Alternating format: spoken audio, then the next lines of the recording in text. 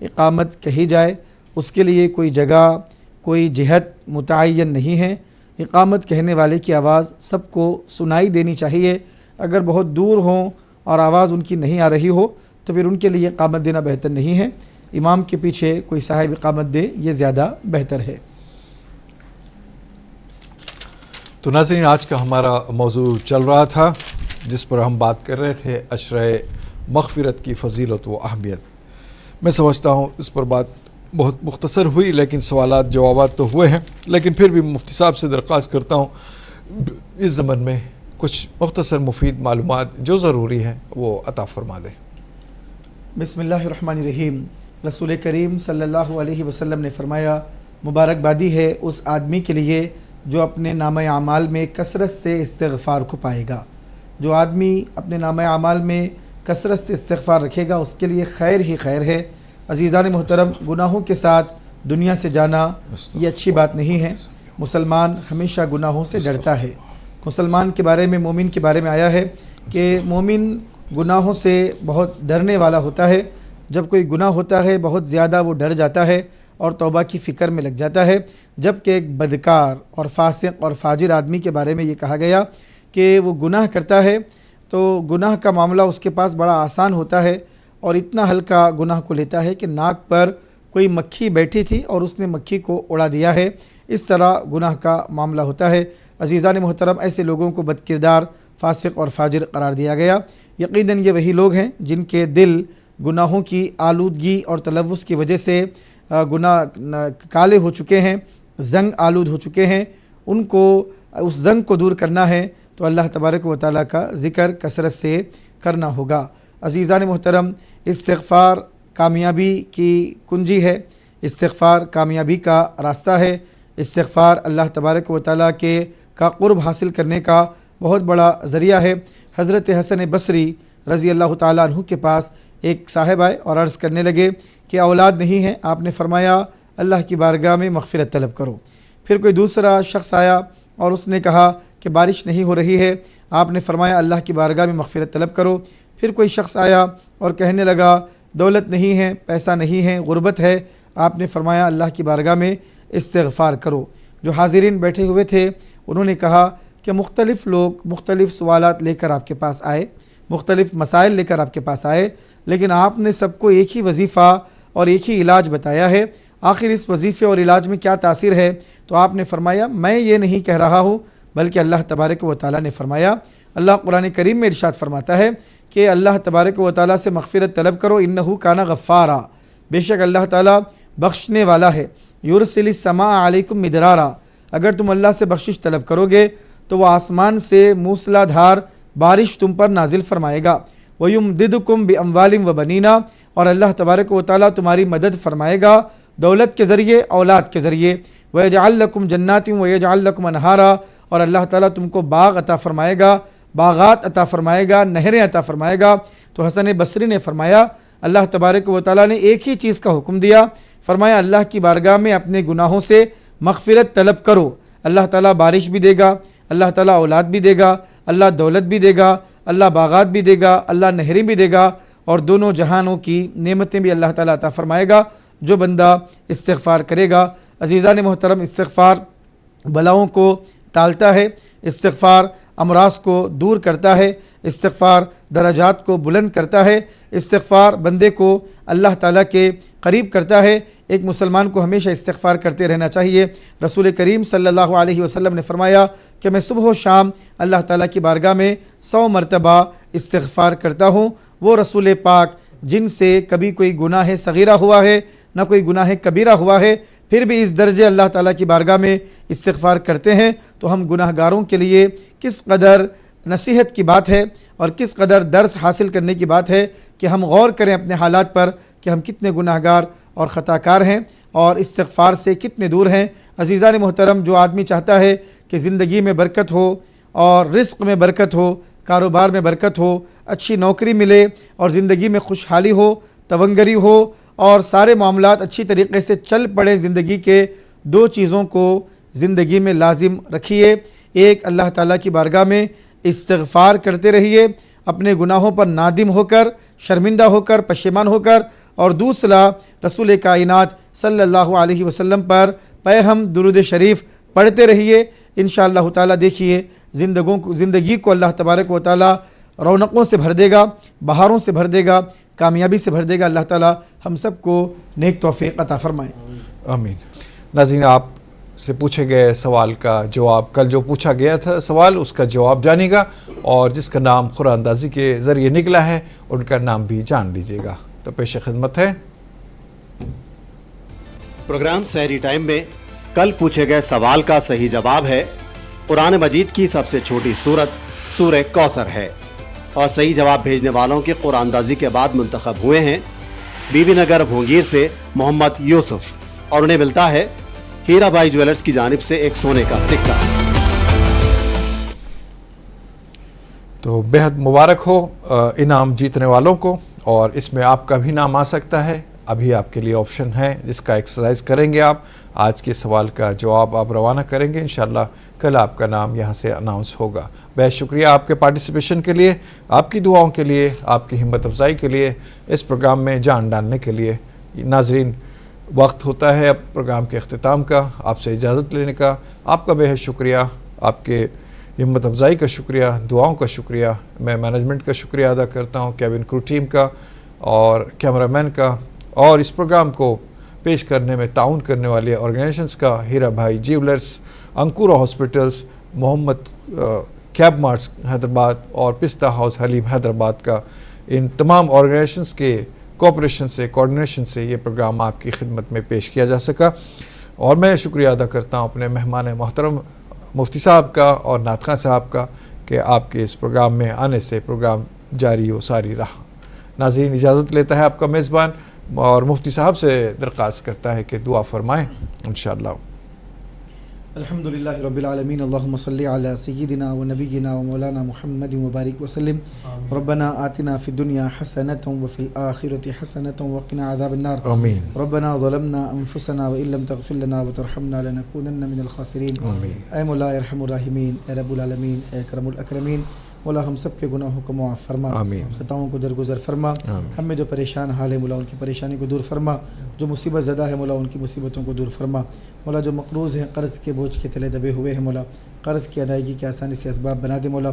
جو مسلمان بیمار ہیں مولا سب کو شفاء کاملہ, شفاء عاجلہ, صحت دائمہ, صحت مستمرہ عطا فرما.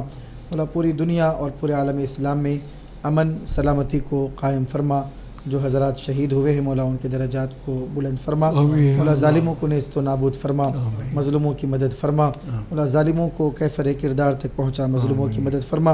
امت مسلمہ پر کرم فرما, رحم فرما, فضل فرما. رسول پاک صلی اللہ علیہ وسلم کا تجھے واسطہ مولا, تیرے پیارے حبیب پاک صلی اللہ علیہ وسلم کی دعاؤں کا واسطہ مولا. ظالموں کو نیست و نابود فرما دے مولا, مظلوموں کی مدد فرما دے مولا. تیرے پیارے حبیب کے صدقے میں ہم سب کی دعاؤں کو اپنی بارگاہ میں قبول فرما. ان اللہ و ملائکتہ یصلون علی النبی یا ایھا الذین آمنوا صلوا علیہ وسلموا تسلیما. اللہم صلی علی سیدنا و نبینا و مولانا محمد وعلى آلہ وصحبہ افضل صلواتک وعدد معلوماتک وبارک وسلم. سبحان ربک رب العزۃ عما یصفون وسلام علی المرسلین والحمد للہ رب العالمین. تو ناظرین, درود پڑھتے رہیے, دعا کرتے رہیے ہم سب کے لیے, عالم اسلام کے لیے. انشاءاللہ بات ہوگی, پھر کل ملاقات ہوگی, اگر زندگی حیات باقی رہی سحر میں دوبارہ ملاقات ہوگی. چلتے چلتے میں درخواست کرتا ہوں جناب سمیع الدین ملتانی صاحب سے کہ نعت پاک پیش کرتے چلیں. تاجدار مدینہ کے جلوے جن کے دل میں سمائے ہوئے ہیں, دور رہ کر وہ قرب آشنا ہے, دل مدینہ بنائے ہوئے ہیں. جن کو ان کی توجہ نے پالا, ان کی رحمت نے جن کو نوازا, ان گداؤں کا کیا پوچھتے ہو, وہ زمانے پہ چھائے ہوئے ہیں. وداعوں کا کیا پوچھتے ہو، وہ زمانے پہ چھائے ہوئے گئے، میری اوقات کچھ بھی نہیں ہے، خود میری ذات کچھ بھی نہیں ہے، میرے سرکار کا یہ کرم ہے، بات میری بنائے ہوئے ہیں، میرے سرکار کا یہ کرم ہے، بات میری بنائے ہوئے ہیں، تاجدار مدینہ کے جلوے جن کے دل میں سمائے